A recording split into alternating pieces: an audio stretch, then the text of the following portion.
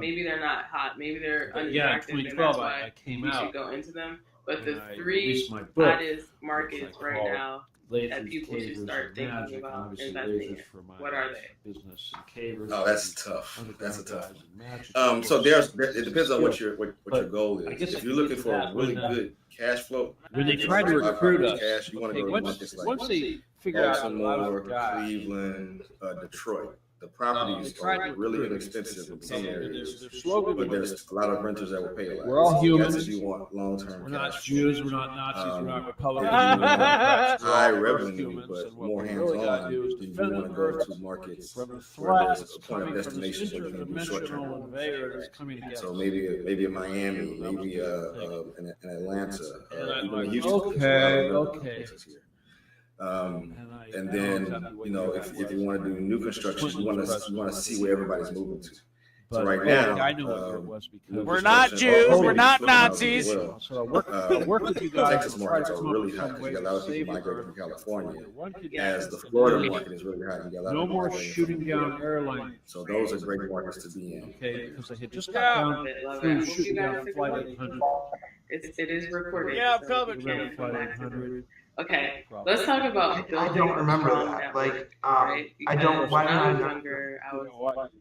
very much an introvert. Anyway, well, here's the thing. This was all before Desert Storm. Didn't You gotta really make understand, connections when that you I go to could war, have because I whenever we was do my a war shell. like that, And sometimes we take bring blood that into our sacrifice. adulthood, and then we go into a room, One way to do it. networking event, and we're sitting there in the corner drinking cocktails and eating appetizers instead of getting to know who's in the room. So discuss the importance of building a strong network They go, in oh, real because we estate missed development and the how plane you came were able before. to cultivate relationships.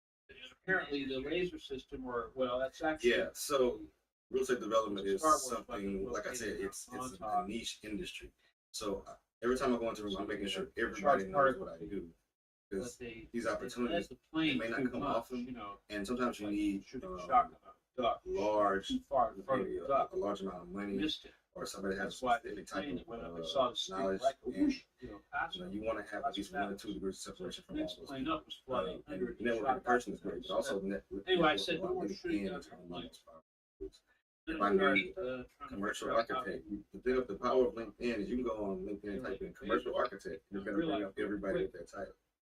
You need apartment complex lenders, funders, and type that in, it's gonna bring up everybody with that title. And that's a great shortcut to grow your network. Not be able to And defeat you know, it. always position myself on That's there when as I a realized person, it was all about as the a subject matter psychic expert. stuff. All I really do is like follow So that's why I got industry on psychic pages, stuff. and when I see something that they post, You know, how I'll go to it and like copy a sentence out of it and repost it. You know, Yeah. when people go to your page, Then they're they like, oh shot wow, he's down really Flight involved in 99. industry. So when you reach out to somebody that you don't know, they say, So oh, that this is was the somebody I want to Egyptian air. connect. Flight 9. They shot it down. And I'll tell you, like, to my personal story right now, I just got inducted into Second, it turned Halloween. an emerging developer program, where the largest black developer in the country, I would say by scale, who's done over 5 And I million knew they were going to do projects. this. I knew it. It's the contract I for knew they Microsoft couldn't headquarters miss that in Atlanta. because it's like, They here it just is, started a Halloween, cohort of about 3 to do a people. big blood I'm one of the sacrifice 3. because I get rid of The way I got to that point was Instagram and Clubhouse. Sure. Me and Brandon. Instagram and Clubhouse are very common. Yes. So that and networking, finding people who are in the industry, and we connected with folks that had a personal relationship with this group. They were searching across the country for young developers that already had a track record of being close to them. And that's how I got into it. But without networking, I wouldn't have this opportunity. Did they DM you? Did they like just send you a DM on Instagram? Yes. So we started off with a group of investors, and yes, one of the guys that started the group started DMing people. It's like, hey, let's get together. Start talking. I don't like to talk about most of what I do. Hey, okay, I have an army of Jedi. I mean, I used to collect cycles. I was doing that in a few of swag. us just connected. When I was We started doing actually doing masterminds in person after that. I would join these And clubs. you know, it evolved into these great relationships where we're able to scale our We business. had like 600 members all over the world. Congratulations. But that was like my first Amazing, endeavor because you had people. So, from okay, every Crazy DX Don little that I just came in. Would you please share your thoughts We have it all. on anonymous real estate protection? But, Have you I participated? wanted to If have, like, so, a do you field trip have to any Getty legal to go recommendations there. who have the expertise in I that? realized thing? after a while, you don't Yeah, gotta go so there. I guess he's referring to You don't putting have to. I don't gotta real be estate here into anywhere blind near the trusts person. or something like that, where you know, Now we have the asset is owned by a third-party entity. who are- I personally a lot of have them not trained used on that myself, so so I don't want to give you too much we're information. actually on that recruiting actually. But I'm definitely going to invite you to go talk to a real estate attorney and figure out what your best approach is. forever. All right, so developing a successful real estate project. So what are the key, let's discuss the key elements of a successful real estate project. Like site selection, design, project management. What insights do you have on how to develop a real estate project that meets the needs of the community and not here to fill out forms. long-term value? You like that one? Yeah, Like a human. You're a yeah, human. but Don't judge. because there's a lot of You're not human. projects higher that level of really density. attribute to gentrification Coming because here they're via developed what they want, not what the community needs. Or otherwise. That's not okay. But sometimes I'll say this: sometimes what the community thinks they want, they aren't ready for. So when it comes to if I'm going to do a development, I want to make sure that the end use like is going 8,000 species to of be aliens out there. successful. Those three, So I go into a neighborhood and I build a shopping center bad to for attract a everyone grocery store, no, those a three, few they get restaurants. genocide. But I know there has not been We're not enough destroying them and traction placing fire. of No, rooftops we're of going to make them people that non-existent. have enough income to support these businesses. These businesses will not be successful. Lose all like It doesn't matter. It doesn't matter how pure their intention is on the front end. Yeah, because the lake you of put fire, your business think there, eternity and you do not have enough like customers. forever. No, you come eternity from is not that forever. It's business, actually you like need to 3 go out of hours business. by our standards. So, and as a developer, you have to be You smart. don't know what about time is. There's no time. So usually, Our little earth bringing more calibrates people and to earth the clocks community don't higher work on these is higher levels. It's a whole other and it should be us moving back to our communities, Our tribe doesn't. not pointing from the suburbs of why the neighborhood doesn't look the same, right? So yeah, so He was tossed in the lake of fire. the steps are identifying the site, However many years making later, sure the site is buildable, like it has the right zoning, making sure it's not contaminated, and then identifying what Okay, you want to infrastructure talk about is there. Because, if you're on a street where there's barely any stormwater, we have technology that allows us to go barely any sewer or water lines or electric power on that site, and you're planning to do a 8-story hotel, it's probably going to be pretty tough. Yeah, so things like that, you think about how much land you're going to need for parking, or if you do a parking garage, how stable is the soil beneath the ground, make sure that it can support the building. Those are a lot of things there. And the most important part after that is project pro forma, which is basically, a very detailed analysis of all the costs and projections for the payouts at whatever point. I mean, here's the technical part of this whole. It's going to be sold. You're going to need that. Obviously, and you're also going to need, of course, a full-scale architectural design plans. You're going to need the civil plans, and then you build the entire package to be submitted for permitting. Permits approved, constructed. You're going to have to have, of course, financing. In the front end, usually for big developments, you're going to spend I'll tell you, $300,000 to about $2 million, depending on the scope of the project. Just on the planning phase, so you can even get to start construction. It just doesn't And then stop. you have to have How construction people on financing the after. earth, the surface, And they're all big. get done with that. You have to have the right property management team or the right execution team. If you're going to sell it, you need the right real estate brokers to help you market and sell. Or if it's going to be property management to lease up, the commercial space or the residential space. And I keep saying commercial on purpose because we focus a lot on residential. But if you think about it, every time you pull out of your neighborhood, every building you see is owned by another real estate investor on a different scale. And it's not impossible. Cost to build a $500,000 house, you could build a small strip center or maybe a single building that can house like a CVS or something like that scale, or maybe a law office or something and like this that. bunker Or complex. a hair salon, all these different things where you can have commercial business tenants. And That's basically part of it. because So, the other, so, what I like more about commercial real estate is you net or the rent. If on a house, when you lease a house out, the landlord is responsible for repairs, property taxes, or insurance, you've seen and the usually anything that goes wrong. right off the coast. Okay, commercial property, Anyway. the landlord is usually They, only responsible for common areas outside. They keep all the gold down The there. landlord takes the cost of They're taxes, like slaves. insurance, and divides it up Collect all the their tenants. loosh. Okay? The tenants are responsible for all their own repairs and usually their own build out inside. And part of this whole human trafficking, sex So, slavery, of course, that monthly rent, a lot more of that, you keep as profit. You is don't pay collecting off these all people the that they send for these off-planet stuff. Other than commercial. You know, And I mean, even there's better, more than one reason. commercial Slaves, property is need not people to valued populate by these the things, sale of workers, three of the similar properties. and they need around. food. If it has a rental tenant and That's, it's based you off know, of like the revenue Dolce, they're from that they're property. trying Every to time keep, you raise the rent, you know, you raise the value Draco, of the property in that you these own. trees they rather make than with Draco commercial stuff, buildings they inside did of it they can at Roswell. That was rent treaty with the I red. mean, your value. But they've got So there's a lot of trees benefits to also commercial. with But yeah, so like deciding what you want to work do, side by side with and places, you know, and they- understanding making which deals one of with those a lot approaches of you want to take. what? Is really the process of development. How much time do you have this evening? We got time. Go ahead. Okay, perfect. Okay. They're not Listen, I see all the questions. subsisting We're off about to of get a to all of them. But physical first, nucleus. They it's also one thing to require start something, right? substantial To portion do of the diet something, to requires prepare for something. But managing psychic.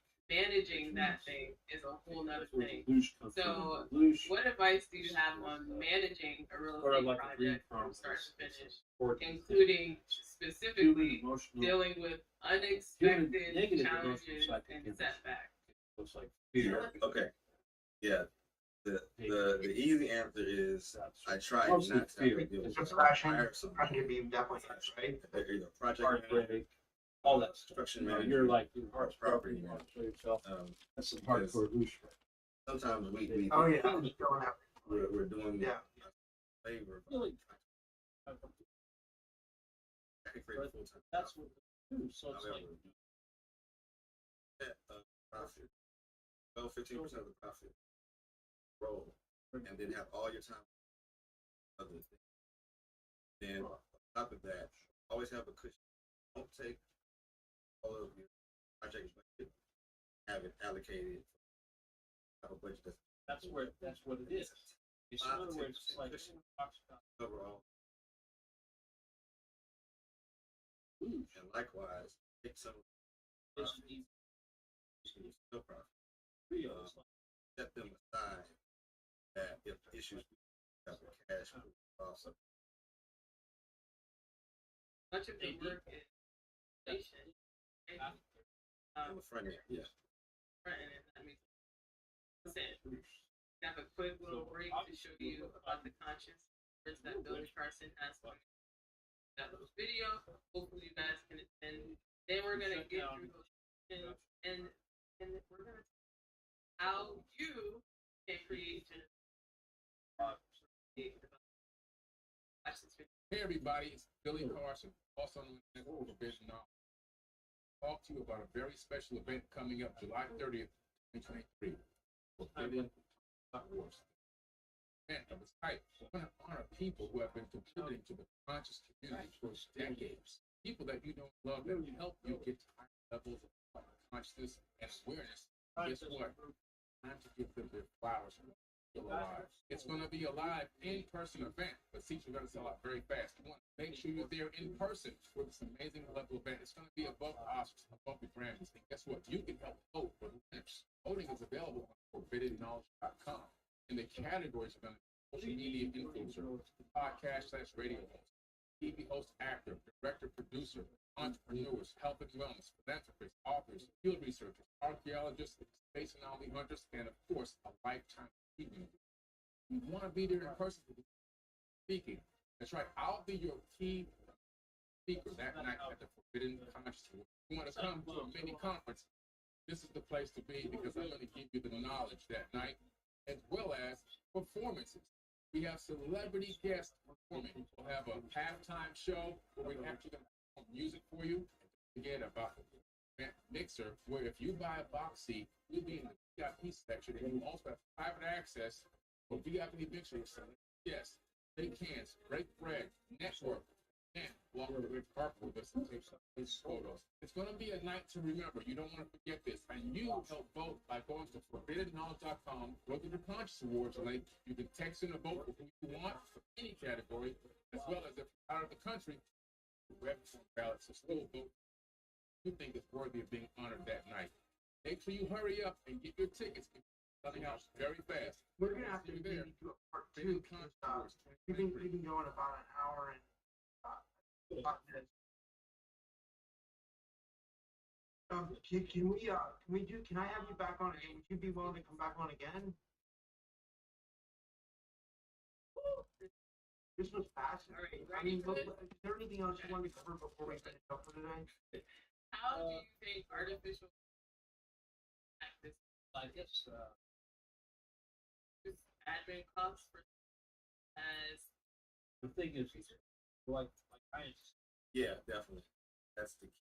There already are guy service providers. Software system can analyze the site and get the entire profile. Yeah, you're an independent contractor, right?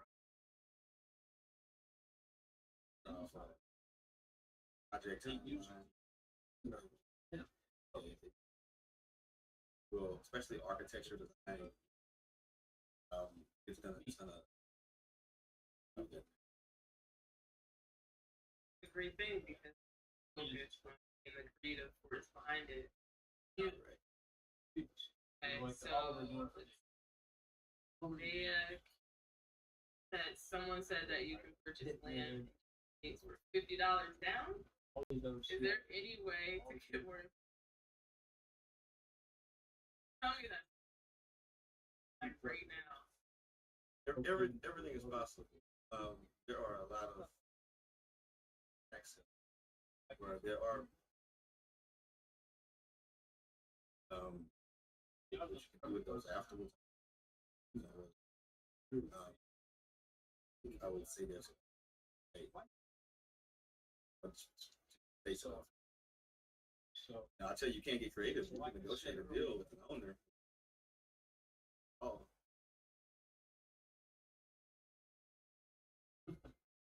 That's what you gotta sign. We're gonna talk about. No, we are, but I might have to take it down. Once it streams my other sites, I'll take it. Like the people that are getting to see it live. And I'll leave it up for a little. Why are they? Probably, because we said a lot of stuff that will get. It's not your fault. Just I know what they look for. You know what I mean? I know what the AI looks for. The AI.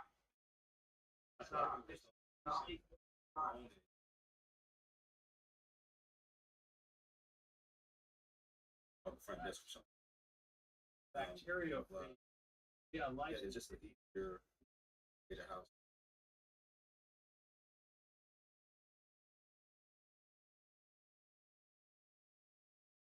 Gotta take. As a corporation, how do I operate outside of this? I'm not sure. Business question. But for instance, in Texas, amino acid, do business here. Well, lysine is yes.